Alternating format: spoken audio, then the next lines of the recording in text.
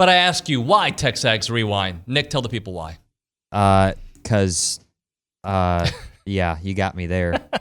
Well, because we had Olin Buchanan on the show today. Of course, yeah. We're just getting straight to business. Yeah, well, the reason I just heard my Rollo Insurance spot, and Billy always gives me a hard time when I go, but I ask you, why Rollo Insurance?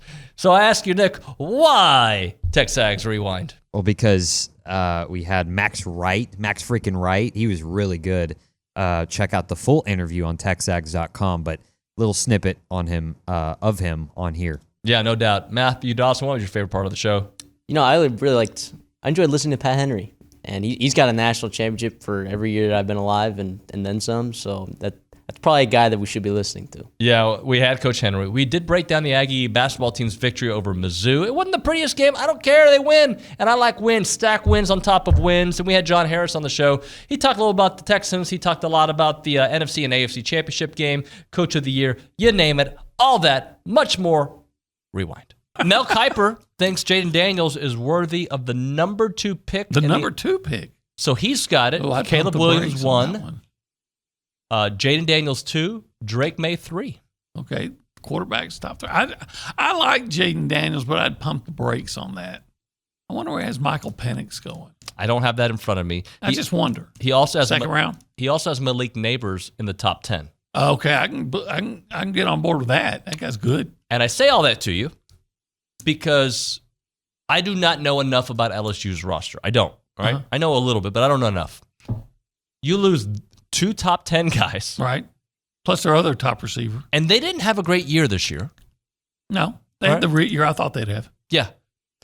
Can they take a step back from that based on, I don't know their schedule. I can pull it up here as we're talking, but like there's a lot of talk of them getting into the playoffs, and I'm thinking to myself, maybe, I don't know. Well, I think you just always assume LSU's going to be a contender, and maybe they're not going to be. I do like the offensive line they're going to have coming back. Defense should be better because of the changes they made. Yeah, I don't know if it's going to be better, though. I mean, it can't be a whole lot worse, so maybe it would be better because it was so atrocious. But Mason Smith leaving, what is it, Mekai Wingo is gone. Some other guys are going to, of course, in their case, they may have some addition by subtraction. So I have their schedule here for the upcoming year. They open up with USC in Las Vegas. That should be a win. I don't know enough about USC, but Nichols, followed South Carolina. Yeah. UCLA. Yeah. So they're playing USC and UCLA. Yeah. South Alabama. Okay. So far. I got them 5-0. Yeah, me too. Ole Miss, 5-1. 5-1. Where's that in game? Baton Rouge, actually. 5-1. My son's going to call drunk and upset. It's going to be 5-1. At Arkansas. That's a win, 6-1. God, already bowl eligible. October. Texas A&M at A&M. 6-2. There we go. That's my guy right there. That's my guy. Their pickup this offseason was Jadeveon Clowney. Everybody could have had Clowney. He goes to Baltimore, and all of a sudden he finds his 2016 self. And I talked to him before the first game, and I said, "You're in the right spot." He said, "This place is awesome." They get Kyle Van Noy off the trash heap, and he has a key TFL and a sack against us at the playoff game. Like, what? Kyle Van Noy is like football dead. And he, what?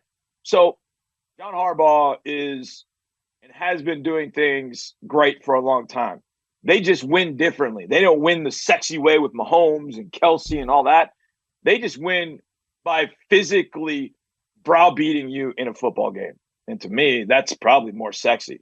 I did not like seeing our team go through that. But my God, when you see them take over a game, it's like, whoa, okay, I get it.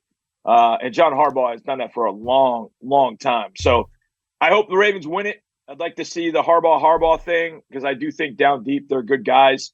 I've met Jim many, many years ago. He's a little quirky, but he was a good guy. He was a good guy to us on radio. So from that standpoint, hopefully they'll get it. I don't want to see the Chiefs get it. I don't want to see the Chiefs get there. I would love to see Ravens-Lions. That would be fun, but I think it'll be Ravens-49ers. It'll be a rematch. And in the rematch, I do give the 49ers a shot because I don't know if they'll turn the ball over as much. But in the end, I think the Ravens are just that much more physical and dominant. Johnny, let's close out with this. Got about 30 seconds or less. Do you have it Ravens-Niners? Is that what you're expecting for the Super Bowl? That's what I'd expect. I think if there's an upset, I do think it'd be the Chiefs just because that championship pedigree has been there, man. And that matters. That matters. Experience in this thing matters a lot. And hopefully we got it with the Texans. The Ravens have not been in this situation. So they do have the home game, do have the home crowd. But I think if there is an upset, it's the Chiefs. I think the Niners are going to beat the Lions by a touchdown and move on in and then take on the Ravens. At that point, well, that's going to be a fun game. Chiefs, Niners, Ravens, Niners will be a fun Super Bowl. If the Lions get in, it'll be an incredible Super Bowl. 12 wins the last 2 years, just after all that talent, after all the dudes you had in that locker room. It's a wake-up call, I think, to people who watch college football and people who are around college football to know that talent doesn't win you everything. I think that's the thing that you have to take away from this. Like, you can have all the talent in the world, but if guys aren't driven to be in that locker room for each other and play together, you're not going to win games.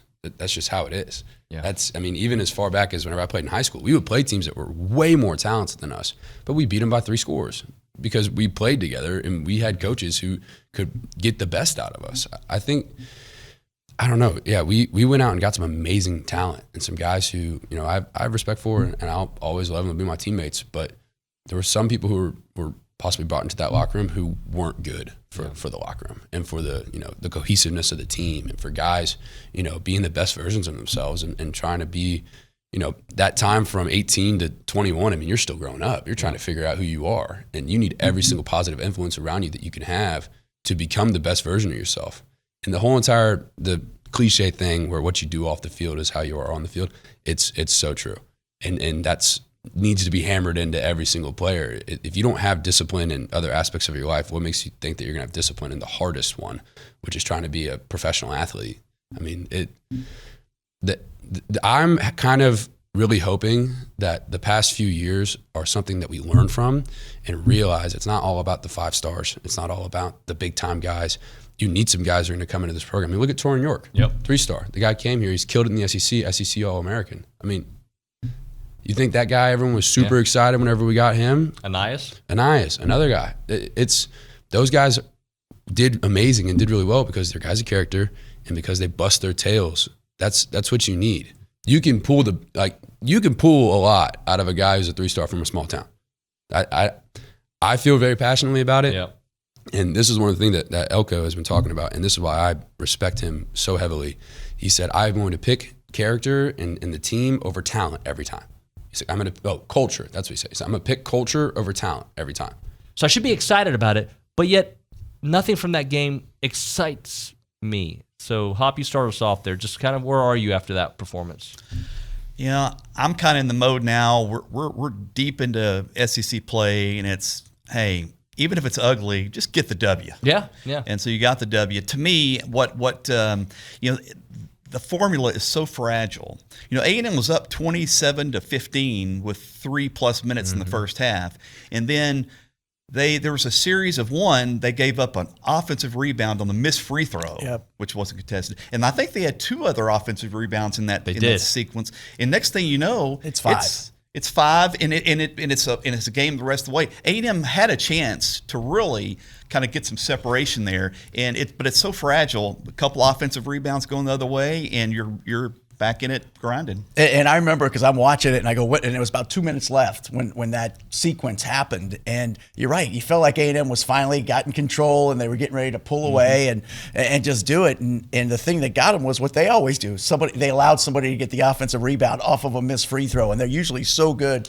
I mean, and that's Coach Rock's job. I call him the special teams coach because he's always making the call. And they usually have 2 guys always boxing out one player, and he just got by. And there was, to me, and I know Missouri kind of sat in that zone, but I just didn't feel like there was any sense of urgency from A&M last night. And I know the tempo is what Missouri wanted, but I remember Buzz answered a question maybe a week ago. I heard one of the first questions, or I heard it on one of the press conferences, and they said, is this a game? Do you feel like this talked about sense of urgency going into the LSU game or something? And he goes, well, I guess in January you need to have a kind of has to be.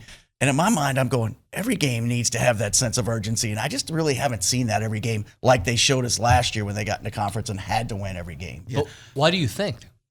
Well, I thought to me that they were really frustrated by that 1-3-1 zone, and it looked like that early on they would hit the high post man. And he would have a lane, but then you don't realize Missouri has that 7'5" guy and that other 7-footer. And they were just they just were gun shy. I think Henry went a few times, got fouled. All right, David, I got something for you. Tell me. Put me on the spot. Yes or no answer. Yeah. You can give me your reasoning, but just yes or no. Is Taylor Swift good? Is her music good? Yes. Still didn't make a difference, though. Can I be honest, though? Yeah, sure, I don't go listen ahead. to it. Well, then how can you answer? Well, because she's one of the most popular celebrities in the world. My daughter listens to her. But I don't care who listens to her. Do you like her? Yes or no? No, that's not what you asked. You asked if she's good. Yeah, okay, to you. No, she's good at her craft. I just don't listen to it. Good at her craft. She's don't listen good. to it. What a nothing answer. No. You'd be a good politician, David. The facts, she is good at what she does, but You should go be AD at A&M. I wouldn't listen to it. Hey, see, that's a shot. That's a shot right there. I don't know, you could be good at something and I don't care. All right, whatever. Jim Carrey is good. I don't watch Jim Carrey. Is that a fact? That's a fact. Okay. You're very good. I don't watch you. I appreciate that. Well, it's because I sure as heck hope not. No, I don't watch you because I'm on vacation typically if you are doing the show. But I would probably watch you if I wasn't on vacation. That's okay. I don't think anyone else really does either. We forgot to tell people what to Like, do. comment, subscribe. See ya.